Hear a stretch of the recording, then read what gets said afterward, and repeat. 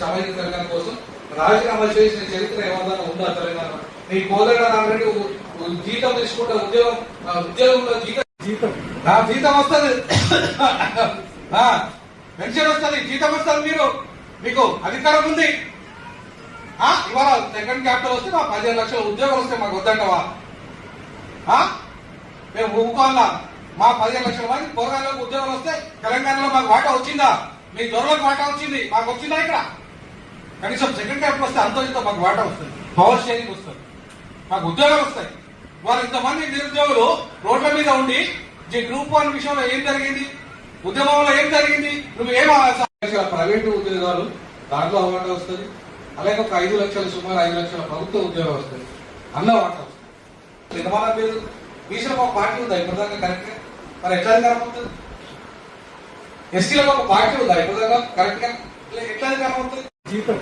జీతం వస్తుంది, పెన్షన్ వస్తుంది, జీతం వస్తుంది. మీకు అధికారం ఉంది. ఇవాళ సెకండ్ క్యాపిటల్ వస్తే మా 15 లక్షల ఉద్యోగాలు వస్తే మాకు వద్దంటవా? మేము ఊరుకోవాలా? మా 15 లక్షల మంది పోరాళ్ళకు ఉద్యోగాలు వస్తే తెలంగాణలో మాకు వాటా వచ్చిందా? మీ దొరలకు వాటా వచ్చింది, మాకు వచ్చిందా? ఇక్కడ కనీసం సెకండ్ క్యాపిటల్ వస్తే అంతో ఇంతో మాకు వాటా వస్తుంది, పవర్ షేరింగ్ వస్తుంది, మాకు ఉద్యోగాలు వస్తాయి. వారు ఇంతమంది నిరుద్యోగులు రోడ్ల మీద ఉండి గ్రూప్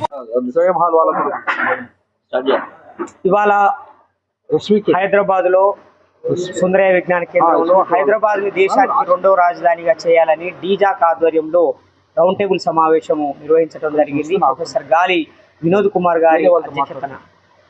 మేము ఈ దేశము నిజంగా పటిష్టంగా ఉండాలంటే దక్షిణాది ప్రాంతానికి ఒక రాజధాని ఉండాల్సిందిగా మేము డిమాండ్ చేస్తూ ఉన్నాం.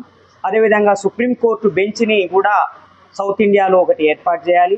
దక్షిణాదికి ప్రత్యేకంగా ఒక పార్లమెంటుని ఏర్పాటు చేయాలి. అదేవిధంగా దక్షిణాదికి ప్రత్యేకంగా బడ్జెట్ను కూడా ఏర్పాటు చేయాల్సిందిగా మేము డిమాండ్ చేస్తున్నాం.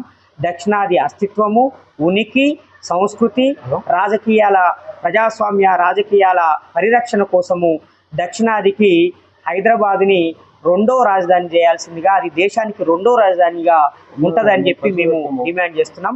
కేంద్ర ప్రభుత్వము అదేవిధంగా రాష్ట్ర ప్రభుత్వము ఈ దిశగా వెంటనే స్పందించాలని మేము డిమాండ్ చేస్తున్నాం.